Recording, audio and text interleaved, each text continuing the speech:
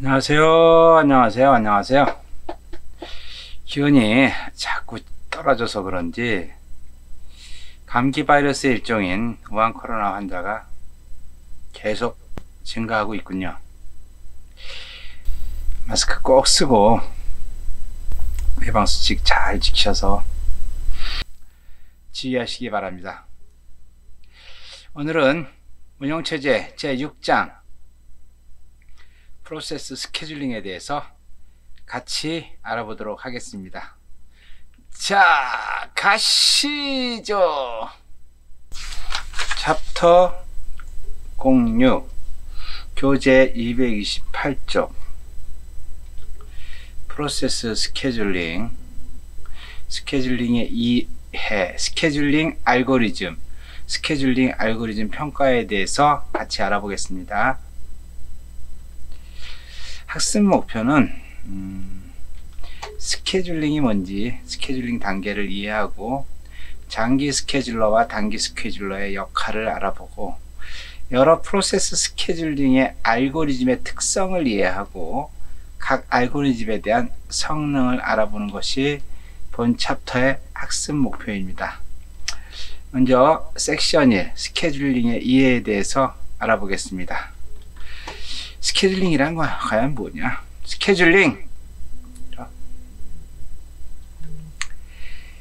다중 프로그래밍, 이 싱글 프로그래밍은 아무 의미가 없어요. 다중 프로그램의 핵심인 병행성, 우리가 지난 시간에 배운 교착 상태도 뭐예요? 병행성 때문에 생기는 거죠. 병행성을 가능하게 하는 동작으로 프로세스에게 CPU의 자원을 적절히 할당하는 것을 스케줄링이라고 합니다. 그러니까 여러 프로세스가 번갈아서 자원을 사용하는데 어떤 시점에 어떤 프로세스를 할당한지를 결정해 주는 거 있죠. 그거를 스케줄링이라고 합니다. 자원을 할당한다고 얘기했는데 사실 자원보다는 CPU를 할당하는 거죠. 프로세서 CPU를 할당하는 거를 스케줄링이라고 얘기하면 정확한 표현 같아요. 그래서 스케줄링 방법에 따라서 프로세서를 CPU죠. 어떻게 할당받느냐 하는 프로세스를 결정하므로 이 스케줄링 시스템이 이 스케줄링이 시스템의 성능을 굉장히 좌우합니다. 그래서 좋은 스케줄링은 작업의 효율성을 높이고 작업의 응답 시간을 최소화해서 시스템의 처리 능력을 향상시키는데, 역으로 나쁜 스케줄링은 시스템의 작업 처리 능력이 떨어지겠죠. 자, 스케줄링이 필요 없는 프로세스들이 있어요. 그래서 인터럽트, 이거는 스케줄링대로 하면 안 되겠죠. 뭘 작업을 하다가 잠깐 스톱해야 되는데, 나는 스톱해야 될 지금 때가 아니니까 못하겠어, 이러면 안 되죠. 에러가 났다 그러면 바로 인터럽트가 걸려야 되겠죠. 오류 처리, 시스템 호출, 이런 거는 스케줄링하고 상관이 없습니다. 그래서 이제 그 스케줄링이 필요한 서비스는 사용자 프로세스 있죠. 시스템 호출로 발생하는 시스템 프로세스가 스케줄링이 필요한 프로세스에 해당됩니다. 그래서 이 스케줄링의 대상은 어떤 것들이 스케줄링의 대상이 되느냐? 준비 큐에 들어온 프로세스들, 그렇다가 스케줄링의 대상이라고 이야기합니다. 이어서 스케줄링의 목적에 대해서 알아보겠습니다. 왜 스케줄링을 하느냐? 자원의 할당의 공정성, 여기서 얘기하는 자원은 대부분 CPU라고 말씀을 드렸어요. 그 다음에 그래서 자원 할당, CPU를 할당하는데 누구는 계속 CPU를 사용하고 있는데 누구는 CPU 사용 못해, 이러면 안 된다는 거죠. 그래서 공정성을 보장해야 되고 단위 시간당의 처리량을 가능한 한 많이 처리하는 게 좋겠죠. 그래서 세 번째는 적절한 반환 시간. 반환 시간은 내가 엔터를 쳤을 때 결과값이 나올 때까지 걸리는 시간을 반환 시간이라고 얘기하는데, 이 적절한 반환 시간을 보장해 줘야 되겠죠. 그리고 어떤 결과값이 나올 때 언제쯤 나오겠다라고 하는 예측을 할 수가 있어야 되겠죠. 엔터를 쳤는데 이게 세워라 내워라 이게 언제 나올지 모르겠다 이러면 스케줄링 할 의미가 없는 거죠. 그죠? 그리고 이제 시스템의 효율성을 높이기 위해서 오버헤드를 최소화하는 게 좋고, 자원 사용에 균형을 유지하는 거. 메모리 어디는 무지하게 많이 쓰고 어디는 안 써가지고 그러면 안 되겠죠. 그쵸? 자원 사용을 균형을 유지하는 거. 그 다음에 이제 반환 시간과 자원 활용 간의 균형을 유지하는 거. 그 다음에 이제 기아 상태 같은 무한 실행 대기 상태 있죠. 대기 상태가 발생하면 안 된다. 기아 상태가 발생하면 안 된다. 그리고 실제 일을 할 때도 모든 매사가 그렇듯이 대통령의 권한하고 노숙자의 권한하고는 다르잖아요. 그래서 컴퓨터도 정말 시스템 슈퍼바이저 이런 사람들은 우선순위를 좀 높여주고, 그냥 연습 학원에서 실제 실습 받고 있는 이런 사람들은 우선순위가 낮고, 실제 업무가 돌아가는 거는 우선순위가 높고, 이렇게 우선순위를 결정해 줘야 되겠죠. 그래서 이제 서비스를 갖다가 가능한 한 많은 사람들이 사용할 수 있도록 해주는 거, 그리고 서비스를 갖다가 점점 줄어들면 안 되겠죠. 더 많은 서비스들을 제공해 줘야 되겠죠. 그래서 이런 거를 지금 여기 있는 요 쓰여진 요걸 가지고 이제 요걸 목적으로 해서 스케줄링을 하면 될 것 같아요. 자, 그래서 이제 프로세스를 실행하는데, 프로세스는 프로세스 버스터와 입출력 버스트의 순환 형태를 프로세스 실행이라 그래요. 입출력이 발생했다가 실제 CPU를 사용하고, 또 다시 입출력이 발생하고, 다시 CPU를 사용하고, 입출력이 발생하고, CPU를 발생하고, 계속 이렇게 이거를 프로세스의 실행이라고 얘기하면서, 이제 버스트라고 하는 거는, 버스트는 뭘 버스트라고 얘기하냐면 어떤 기준의 시간에 따라 한 단위로 취급되는 연속된 신호의 데이터 집합을 버스트라고 얘기합니다. 그래서 짧은 시간 동안 뭔가 착 일어나는 걸 버스트라고 이야기합니다. 다음 그림을 보면 아주 쉽게 이해할 수가 있을 것 같아요. 여기 보시면은 프로세스의 실행은 이런 식으로 진행을 합니다. 시작이 돼서 프로세스 버스터, 실제 프로세스를 사용하는 거죠. CPU를, 프로세서를 사용하는 겁니다. 그 다음에 잠시 대기했다. 그러면 이제 그 입출력 버스트 상태가 되는 거죠. 프로세스가 추가로 실행하려고 입출력을 기다리고 있는 상태를 입출력 버스트. 그래서 다시 프로세서에서 프로세스를 실행하는 걸 프로세스 버스터. 이렇게. 그래서 계속 이렇게 시작해서 계속 이렇게 빙글빙글 돌다가 어떻게 돼요? 다 끝났다. 그런게 종료가 되는 거죠. 실제 그림은 이렇게 되는 거죠. 시작해서 프로세스 버스트가 작동을 하고, 로드하고 애드하고 파일로 읽어드리고 이렇게 한꺼번에 할 수 있는 작업들, CPU가 할 수 있는 작업들을 진행을 하고, 뭔가를 받아와야 된다. 하드디스크 읽어야 된다. 입출력 대기를 해야 되겠죠. 입출력 대기 상태가 있는 거를 입출력 버스트라고 얘기하고, 그 다음에 다시 데이터를 증가하거나 어떤 작업을 하고 나서, 색인 작업을 하고 나서 또 파일을 저장하고, 그 다음에 저장할 때는 또 입출력이 발생하겠죠. 그럼 또 대기하고, 다시 어떤 값들을 불러와 가지고 또 파일을 읽고, 파일 읽을 때 또 대기를 해야 되겠죠. 읽을 때 디스크에서 파일을 읽어오는데 계속 CPU를 사용하고 있으면 안 되겠죠. 그 얘기입니다. 그래서 이렇게 시작해서 입출력 버스트, 프로세스 버스트, 입출력 버스트, 프로세스 버스트, 입출력 버스트, 프로세스 버스트, 입출력 버스트, 프로세스 버스트, 입출력 버스트까지 했는데 다 끝났어. 종료. 이렇게 된다는 얘기입니다. 자, 요거는 이제 프로세스 버스트에 대한 시간 그래프인데, 이건 다른 건 아니고 그냥 프로세스, 짧은 프로세서들은 빈도수가 굉장히 높고 긴 프로세스, 지속적인 거 있죠. 요거는 빈도가 좀 떨어지겠다. 의미 없는 얘기예요. 그렇죠? 그래서 짧은 거는 빈도가 많고 들었다 놨다 아주 많이 하고, 긴 것들 버스트 지속 시간이 좀 오래 작업을 해야 되는 거는 들었다 놨다 그냥 들어가서 천천히 작업을 처리한다, 이런 얘기입니다. 그래서 여기 이제 프로세스가 긴 예와 짧은 예, 실제 프로세스를 이만큼 사용하고 요거를 긴 프로세스 버스트, 이런 것들을 짧은 프로세스 버스트 이렇게 얘기하는데, 여러분들 뭐 혹시 공중전화 같은 거 옛날에 사용해 보셨는지 모르겠는데, 공중전화, 전화할 때 전화 통화를 길게 하는 거를 긴 프로세스 버스트, 짧게 하는 거. 여러분들 카톡도 그런 사람 있잖아요. 카톡을 글을 길게 쓰는 사람 있어. 그렇죠? 또 어떤 사람은 카톡을 5글자 이상을 안 써. 탁탁탁 쓰는 거. 예. 그래서 이 카톡을 짧게 쓰는 거는 짧은 프로세스 버스터라고 보시면 되고, 장문의 글을 한 번에 완샷으로 올리는 사람들은 긴 프로세스 버스터라고 여러분들이 이해하시면 될 것 같아요.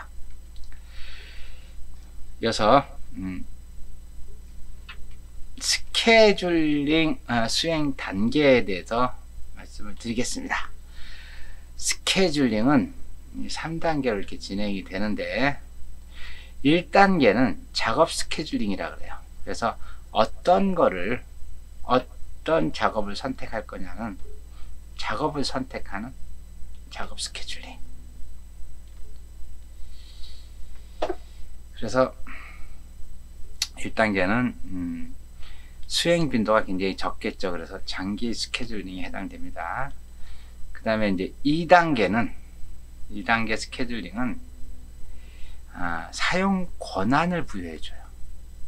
작업을 승인하고 프로세스를 할 건지 말 건지 결정을 하는 거죠. 그래서 이거를 이제 승인 스케줄링이라고 하는데, 시스템 오버에 따라 연기할 프로세스를 잠정적으로 결정하고, 스케줄링과 3단계 프로세스 할당 스케줄링 완충 역할을 하는 게 2단계 스케줄링이라고 합니다. 그 다음에 이제 3단계는 실제 CPU 작업을 하는 거죠. 그래서 디스패치라고 얘기하는데, 디스패치 실제 CPU에서 작업을 할 수 있도록 해주는 거를 3단계 스케줄링이라고 합니다. 단기 스케줄링에 해당되는 거죠. 단기 스케줄링. 그래서 여기 이런 식으로 스케줄링 단계는 시스템에 들어오려고 이제 작업을 하고, 그 다음에 실제 우리가 따닥 하고 프로세스를 띄웠어. 그러면 이제 그게 이제 작업 시작을 기다리잖아요. 그래서 그때를 작업 시작을 기다리는 작업, 요거를 1단계 작업 스케줄링. 그 다음에 이제 여기 큐에서 제일 앞쪽으로 가는 쪽을 보면 되겠죠. 그쵸? 요거는 이제 2단계. 그 다음에 실제 큐에서 CPU로 들어가는 거를 이제 3단계. 실제 이건 작업되는 거라고 보시면 되죠. 그래서 여기서 이렇게 실제 작업이 되면 여기서 계속 이렇게 뱅글뱅글 돌다가 다 끝났다. 그럼 이렇게 빠져나가는 거죠. 작업 완료. 스케줄링은 큐에 들어온 것이 대상이라고 말씀을 드렸잖아요. 그래서 이렇게 큐에 들어와야지만 실제 스케줄링을 할 수가 있으니까, 이제 그 스케줄링 큐에 대해서 우리 같이 한번 알아보죠. 스케줄링 큐는 실제 이제 준비 큐에 딱 들어오면 이게 스케줄링 대상이 되는 겁니다. 그래서 준비 큐에 있다가, 큐라는 게 뭐예요? 선입 선출이죠. 이렇게 먼저 들어온 놈이 먼저 나가는 구조. 이렇게. 그래서 얘가 먼저 나오고 그 다음 들어오고, 이렇게 제일 마지막에 뭔가가 들어가 있으면 얘는 제일 마지막에 들어가는 거. 그래서 준비 큐, 이걸 스케줄링 큐라고 하는데, 이 준비 큐 안에 있는 거를 어떻게 실제 프로세스에 할당해 주느냐, 이게 스케줄링이라는 거죠. 그래서 준비 큐에 있다가 들어가서 다시 입출력이 발생하면 입출력 장치 큐에 가서 입출력을 다 할당 받고 나면 다시 여기 준비 큐로 이렇게 들어갑니다.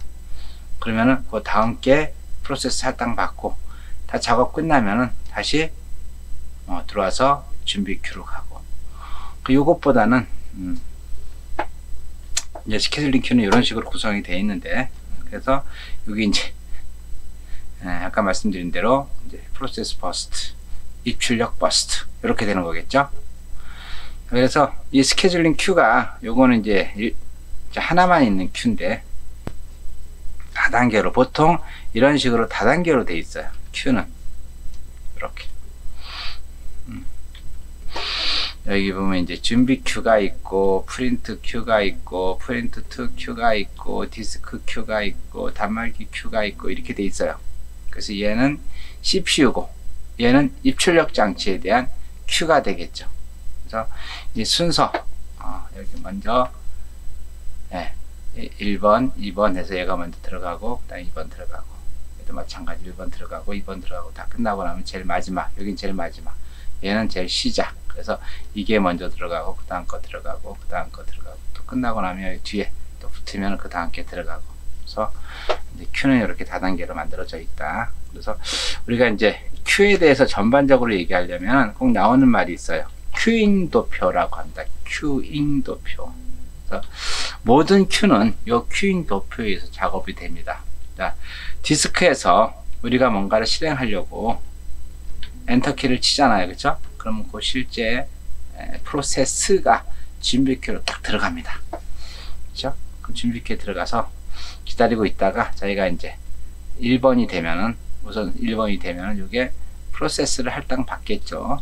프로세스를 할당 받는데, 할당 받은 게 작업이 큐 할당 시간을 넘었어. 그러면 이렇게 할당 시간이 초과됐으면 다시 준비 큐에 제일 마지막으로 이렇게 들어옵니다. 할당 시간이 초과되면 다시 또 준비 큐에서 순서가 딱 돼서 제가 자기가 제일 앞으로 왔어. 그러면 또 어떻게 프로세스 할당이 되고, 할당이 됐는데 또 다 못 끝났어. 그럼 어떻게 돼요? 다시 놀러 와서 이렇게 준비 큐에 또 들어갑니다. 근데 이렇게 준비 큐에 들어가 작업을 하는데 학번에 입력하라고 하면 어떻게 돼요? 그때는 뭔가 입출력이 있어야 되겠죠. 그렇죠? 그래서 다시 그때는 입출력 장치 큐로 들어가요. 그래서 입출력 장치 큐에서 입출력 장치 작업이 일어났어. 그래서 정상적으로 내가 학번을 다 입력을 했어. 그러면은 다시 준비 큐로 들어갑니다. 그래서 준비 큐에 들어가서 작업을 쭉 하다가 또 시간을 다 채웠어. 그럼 다시 또 일로 와서 이렇게 되는 거죠. 이렇게 하다가 준비 큐에 또 왔는데 프로세스 할당을 받았어. 작업하다 보니까 내가 서브루틴 콜을 해야 돼. 자식 프로세스를 또 띄워야 돼. 그럼 어떻게 해요? 그럼 자식 생성돼 가지고 다시 자식 생성을 하면서 인터럽트 걸려 가지고 다시 준비 큐로 또 들어가. 그 자식 생성 작업해 가지고 다 했어. 그래서 또 이렇게 작업을 하다가 작업하고 있는데 또 갑자기 인터럽트가 발생을 했어. CPU가 너 안 돼, 그만 써. 이렇게 운영체제가. 그러면 인터럽트가 발생해 가지고 다시 작업하고 있던 게 다시 어떻게 돼요? 준비 큐로 다시 가는 거죠. 그래서 프로세스에 와서 10단 초과해서 다시 오고, 그래서 작업을 다 끝냈어. 그럼 어떻게 돼? 그때 종료가 되는 거죠. 되셨나요? 요거 하나만 여러분들이 정확하게 이해하시면은 실제 스케줄링에 대해서는 이거 말고는 없는 것 같아요. 입출력 발생하는 거, 작업하는데 입출력 발생해서 다시 준비 큐로 가는 거, 시간을 초과해서 다시 준비 큐로 가는 거, 그리고 거기서 서브루틴 콜에 의해서 자식 프로세스가 발생해서 준비 큐로 가는 거, 그 다음에 운영체제에서 인터럽트를 걸어가지고 인터럽트 때문에 다시 준비 큐로 가는 거, 이렇게 이 단계면은 거의 뭐 이제 준비 큐의 작업은 끝나는 것 같아요. 자, 그러면 이어서 이제 스케줄러의 종류, 스케줄링을 하려면 스케줄러가 있어야 되겠죠. 그래서 스케줄러의 종류와 역할에 대해서 간단하게 알아보겠습니다. 스케줄러는 이렇게 장기 스케줄러와 단기 스케줄러가 있습니다. 장기 스케줄러는 새로운 프로세스가 만들어져서 실제 준비 상태로 가 있는 거, new에서 ready로 가 있는 거를 장기 스케줄러라는데, 이거는 실제 메모리로 전이를 승인하는 거므로 어드미션 스케줄러, 승인 스케줄러라고 얘기합니다. 승인 스케줄러. 그래서 실제 그 하드디스크에 있는 프로그램을 준비 큐로 올려주는 거를 장기 스케줄러. 그 다음에 단기 스케줄러는 준비 큐에 있는 거 있죠. 준비 큐에 있는 거를 실제 실행 상태로 바꿔주는 거예요. 그래서 이거는 실행 스케줄러, CPU 스케줄러라고도 하는데, 단기 스케줄러. 실제 메모리에 있다가 어디로 간다? CPU로 간다. 이거를 단기 스케줄러라고 한다. 그래서 보시면은 여기 디스크에 있다가 메모리로 가는 거를 장기 스케줄러, 작업 스케줄러, 1단계 스케줄러 이렇게 얘기하고, 여기 메모리에 있다가 CPU로 가는 거, 이거를 단기 스케줄러, 실행 스케줄러, CPU 스케줄러, 할당 스케줄러 이렇게 얘기를 하는 거죠. 장기 스케줄러와 단기 스케줄러의 가장 큰 차이는 실행 빈도죠.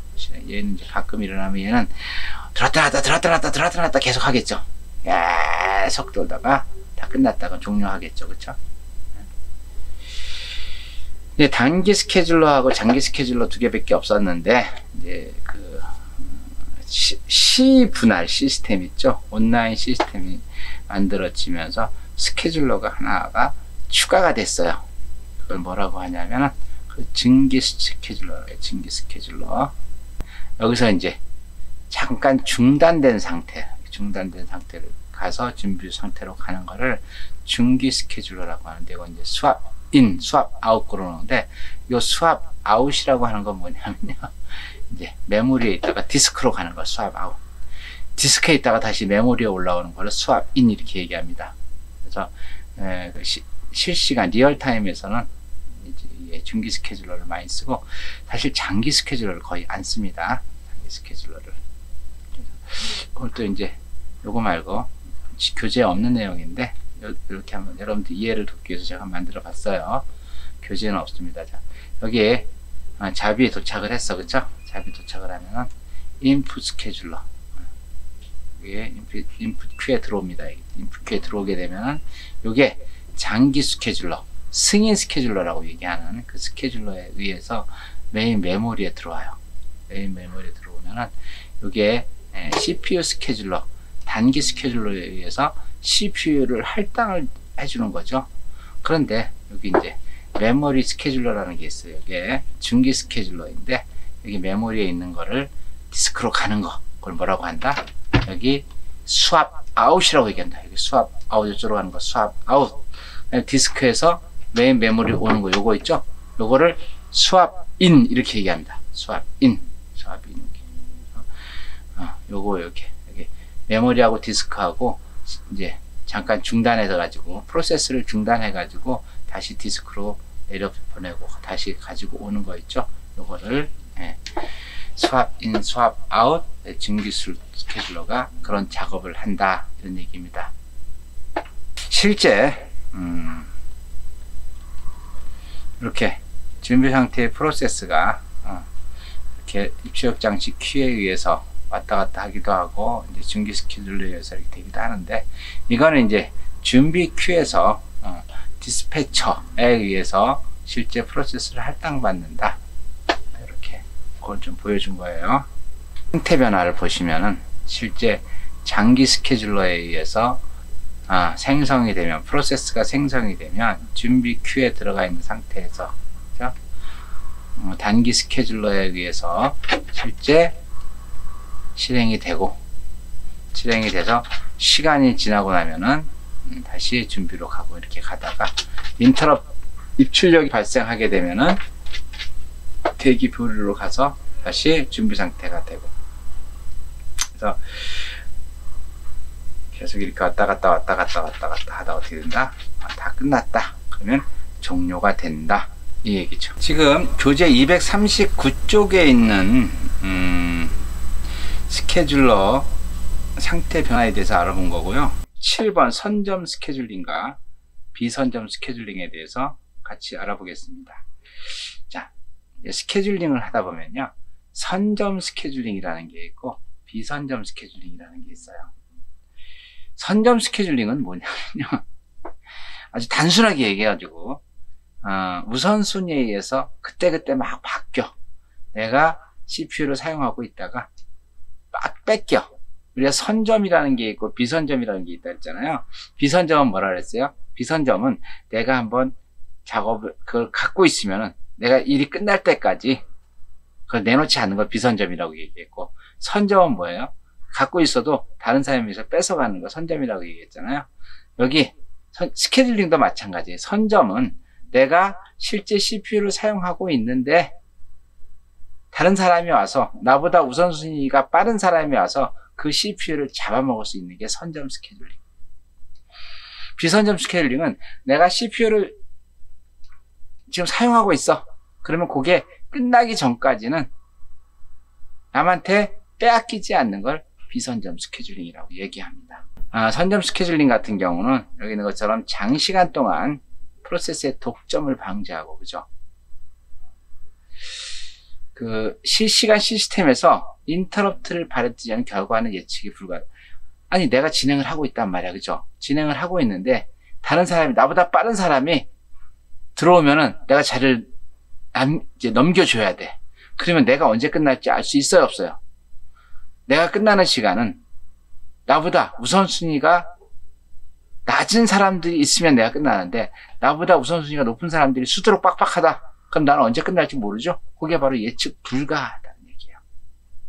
그래서 이 선점 스케줄링 같은 경우는 대화식, 리얼타임, 그쵸? 시그널 시스템, 타임 쉐어링 시스템, 이럴 때 이 선점 스케줄링이 중요해야 되는 거죠. 자기보다 우선순위가 높은 사람이었으면 바로 CPU를 빼앗기는 거. 근데 문제는 이제 A라고 하는 프로세스가 CPU를 사용하다가 B라는 프로세스한테 CPU를 갖다가 넘겨주게 되면은 그 저장하고 하는 작업들이 되게 많잖아요. 그러다 보니까 오버헤드가 커진다는 거죠. 그리고 프로세서들이 사용 가능할 때마다 프로세스들이 준비 상태가 있어야지, 그러니까 준비 상태로 대기하고 있어야지만 효과적 선점 스케줄링이 된다는 거죠.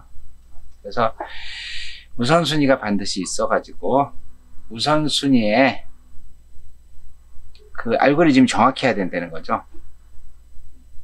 우선순위 알고리즘 정확하고, 그리고 실제 급한 사람이 우선순위가 높아야 된다는 거예요. 그래서 우선순위 알고리즘 부여하는 부분에 대해서 의미를 가지고 있어야지 아무렇게나 하면은 시스템이 더 효율적으로 사용하지 못한다, 이런 얘기죠. 이 비선점 스케줄링은 우선순위가 높은 프로세스가 중간에 들어오더라도 실제 사용하고 있는 프로세스는 영향을 받지 않는 거를 이제 비선점 스케줄링이라고 하는데, 이거는 이제 응답 시간 예측이 굉장히 용이하겠죠. 그렇죠? 내가 CPU를 딱 사용했어. 작업이 끝날 때까지는 다른 사람이 못 들어오니까, 들어갔니? 너 CPU 사용 시간이 얼마 되냐? 한 3분 정도 되냐? 오케이, 그럼 3분 후에 끝나겠네? 라고 예측을 할 수가 있다는 거예요.